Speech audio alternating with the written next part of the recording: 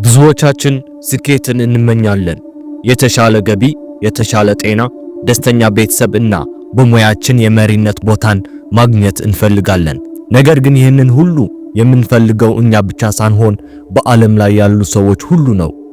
ታዲያ ጥያቄው ለምንድን ነው ጥቂቶች ብቻ ይህንን ስኬት ሲያጎናጽፉ የተቀረው አብዛኛው ሰው ግን አሁንም በተመሳሳይ ቦታ የሚሆነው? መልሱ ያለው በምኞትና በህልም ውስጥ ሳይሆን በየዕለቱ በምናደርጋቸው ትናንሽ ነገሮች ወይም ልማዶች ውስጥ ነው። ታላቁ የግሪክ ፈላስፋ አርስቶትል በአንድ ወቅት እንዲህ ብሎ ነበር፣ እኛ ማለት በተደጋጋሚ የምናደርገው ነገር ነን። ስለዚህም ስኬት ድርጊት ሳይሆን ልማድ ነው። ስኬታማ ሰዎች ከሰማይ የወረደ ልዩ ተሰጥኦ ስላላቸው ብቻ ሳይሆን ተራ ሰዎችን ለማድረግ የሚሰለቹትን ነገር በዲስፕሊን የማድረግ ልምድ ስላላቸው ነው። ዛሬ በዓለማችን ላይ ያሉ ታላላቅ ስኬታማ ሰዎች፣ ሚሊዮነሮች፣ አትሌቶች እና መሪዎች የሚጋሯቸው 5 ወሳኝ ልማዶች በጥልቀት እንመለከታለን። እነዚህ ልማዶች ከዛሬ ጀምሮ በህይወታችሁ ውስጥ እንዴት ተግባራዊ ማድረግ እንደምትችሉም ተግባራዊ ምሳሌዎችን እያሳየን እንወያያለን። ዝግጁ ናችሁ? ወደ መጀመሪያው ነጥብ እንለፍ። አንደኛ፣ የጠዋት ዝግጅት እና ማለዳን መቆጣጠር። የመጀመሪያውና ምናልባትም የስኬታማ ሰዎች ዋናው ምስጢር ማለዳን መቆጣጠር ነው። አብዛኞቹ ስኬታማ ሰዎች ቀናቸውን የሚጀምሩት በችኮላ ሳይሆን ቀድሞ በተዘጋጀ ስርዓት ነው። እስቲ ራሳችሁን ጠይቁ። ጠዋት ከእንቅልፋችሁ ስትነሱ መጀመሪያ የምታደርጉት ነገር ምንድነው? ስልካችሁን አንስታችሁ ፌስቡክ ወይም ቲክቶክ መጎርጎር ወይስ በፍጥነት ልብስ ለብሰው ወደ ስራ መሮጥ? ስኬታማ ሰዎች ግን እንደዚህ አያደርጉም። እነሱ ከፀሐዩ መውጣት በፊት ወይም በማለዳው ሰዓት ይነሳሉ። ለምሳሌ የዓለማችን ታላላቅ የቴክኖሎጂ መሪዎች እንደ ቲም ኩክ ያሉ ከጠዋት 10 ወይም 11 ሰዓት ይነሳሉ። ለምን? ምክንያቱም ማለዳ የአእምሯችን የመስራት አቅም በጣም ከፍተኛ የሆነበት፣ የውጪው ዓለም ጩኸት ያልጀመረበት እና ሙሉ ትኩረታችንን በራሳችን ላይ ማድረግ የምንችልበት ወርቃማው ሰዓት ነው። በዚህ ሰዓት ስኬታማ ሰዎች 3 ዋና ዋና ነገሮችን ያደርጋሉ። አንደኛ፣ ምስጋና እና ጸሎት፣ አእምሯቸው ለአዲሱ ቀን ያረጋጋሉ። ሁለተኛ፣ እንቅስቃሴ፣ ሰውነታቸው ያነቃቃሉ፣ ደም ወደ አእምሯቸው እንዲረጭ ያደርጋሉ። ሶስተኛው፣ የዕለቱን ዕቅድ መከለስ፣ ዛሬ ምን መስራት አለብኝ ብለው ያስባሉ። እናንተስ ይህንን ልማድ ለማዳበር የግድ ሌሊት መነሳት አይጠበቅባችሁም። ነገር ግን ከለመዳችሁበት ሰዓት 30 ደቂቃ ቀድሞ በመነሳት ስልካችሁን ሳትነኩ ለራሳችሁ፣ ለጤናችሁ እና ለቀናችሁ ዕቅድ ጊዜ ስጡ። ቀኑን በድል የጀመረ ሰው ቀኑን ሙሉ በድል ይወጣል። ማለዳችሁን ከተቆጣጠራችሁ ሕይወታችሁን ትቆጣጠራላችሁ። ሁለተኛ፣ ያለማቋረጥ መማር እና ማንበብ። ሁለተኛው ልማድ ያለማቋረጥ መማር ነው። መሪዎች አንባቢዎች ናቸው የሚለው አባባል ዝም ብሎ የተፈጠረ አይደለም። በዓለም ላይ ካሉ ሀብታም ሰዎች አንዱ የሆነው ዋረን ባፌት ቀኑን በአብዛኛው ጊዜ የሚያሳልፈው በማንበብ ነው። ቢል ጌትስ በዓመት ቢያንስ 50 መጽሐፍት ያነባል። እዚህ ጋር አንድ ትልቅ ልዩነት አለ። ተራ ሰዎች ትምህርትን እንደ ትምህርት ቤት ግዴታ ብቻ ያዩታል። ዲግሪ ከያዙ በኋላ መማርን ያቋርጣሉ። ስኬታማ ሰዎች ግን ትምህርት የትምህርት ዘመን ጉዞ እንደሆነ ያምናሉ። መደበኛው ትምህርት ስራ ያስቀጥርሃል። ራስን ማስተማር ግን ሀብታም እና ስኬታማ ያደርግሃል።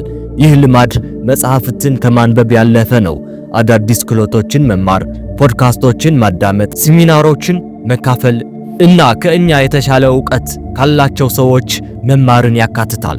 ዛሬ ባለንበት ዘመን መረጃ በነፃ ይገኛል። በዩቲዩብ ብቻ እንኳን የማትማሩት ሙያ የለም። ልብ በሉ፣ አብዛኛው ሰው ከመስሪያ ቤት ሲመለስ ጊዜውን የሚያጠፋው በቴሌቪዥን ወይም በመዝናኛ ነው። ስኬታማ ሰዎች ግን ያንን ጊዜ ራሳቸውን ለማሻሻል ይጠቀሙበታል።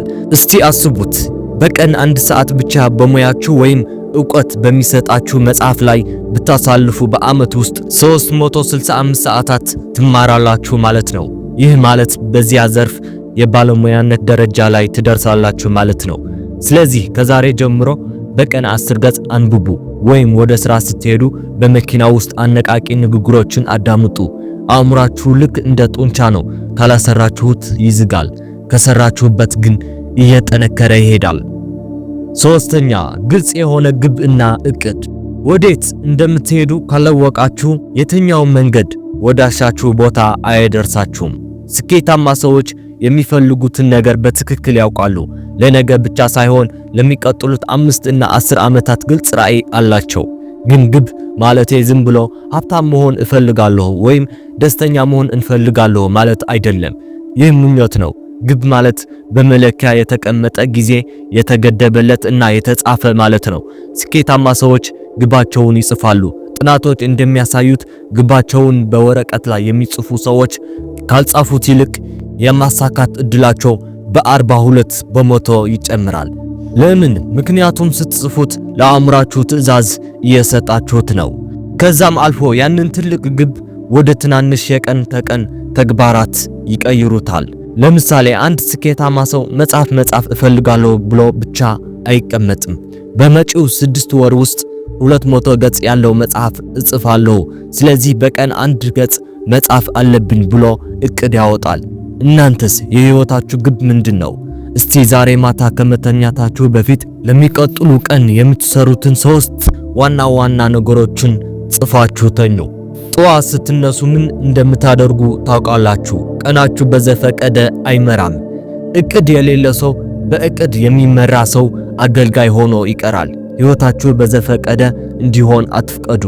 ቢሮ እና ወረቀት አንሱና ህይወታችሁን ቅረጹ።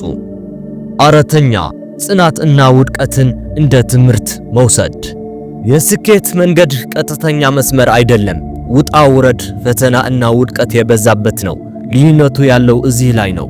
ተራ ሰዎች ሲወድቁ አይሆንልኝም ብለው ይተዋሉ። ስኬታማ ሰዎች ግን ውድቀትን እንደ መጨረሻ ሳይሆን እንደ ትምህርት ነው የሚቆጥሩት። ቶማስ ኤዲሰን የኤሌክትሪክን አምፖል መስራት ከመቻሉ በፊት 10,000 ጊዜ ሞክሮ አልተሳካለትም። ጋዜጠኞች 10,000 ጊዜ ስለወደቅ ምን ይሰማሃል ብለው ሲጠይቁት እኔ አልወደቅኩም፣ አምፖል የማይሰራባቸው 10,000 መንገዶች ነው ያወቅኩት አለ። ይህ ነው አሸናፊ አስተሳሰብ። ጃክማ ለ30 የሥራ ቦታዎች አመልክቶ ውድቅ ተደርጎ ነበር። ዛሬ የት እንዳሉ ሁላችንም እናውቃለን። እናንተ በሕይወታችሁ ምን አይነት ፈተና ገጥማችኋል? ንግድ ጀምራችሁ ከስራችኋል? ትምህርት ከብዳችኋል? የሰዎች ትችት አስፈርታችኋል? ልብ በሉ፣ ውድቀት የስኬት ተቃራኒ አይደለም። ውድቀት የስኬት አንዱ አካል ነው። ስኬታማ ሰዎች ችግር ሲገጥማቸው ለምን እኔ ብለው አያለቅሱም። ከዚህ ምን እማራለሁ፣ እንዴትስ አስተካክዬ እቀጥላለሁ ብለው መፍትሄ ይፈልጋሉ። ጽናት ማለት ደግሞ ግትርነት ማለት አይደለም። መንገዱ ካልሰራ ዘዴ መቀየር፣ ግን ግቡን አለመልቀቅ ማለት ነው። ዛሬ የምነግራችሁ ዋና ነገር ማንኛውም ዋጋ ያለው ነገር በቀላሉ አይገኝም። ስለዚህ ወገባችሁን ጠበቅ አድርጉ። ሲከብድ የምታቆሙ ከሆነ መቼም አሸናፊ አትሆኑም። አሸናፊዎች ተስፋ አይቆርጡም።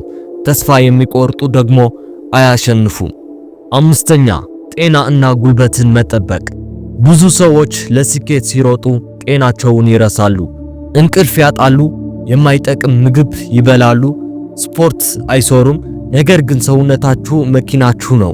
ሞተሩ ከተበላሸ መኪናው የትም ያህል ውድ ቢሆንም የትም አያደርሳችሁም። ስኬታማ ሰዎች ለጤናቸው ትልቅ ቦታ ይሰጣሉ። በቂ እንቅልፍ ይተኛሉ፣ የተመጣጠነ ምግብ ይበላሉ እና በቋሚነት ስፖርት ይሰራሉ።